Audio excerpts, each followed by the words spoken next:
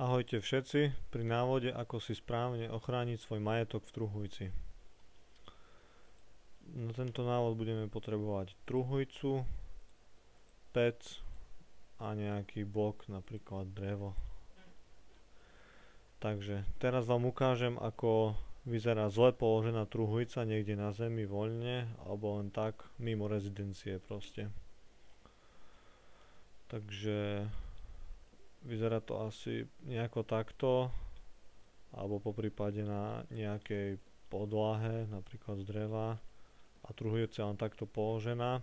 Ktokoľvek vám ju môže vykradnúť. Správne uložená truhujca by mala byť napríklad na peciach, cez ktoré sa už vám nikto nedostane. Napríklad takto, alebo priamo v podlahe.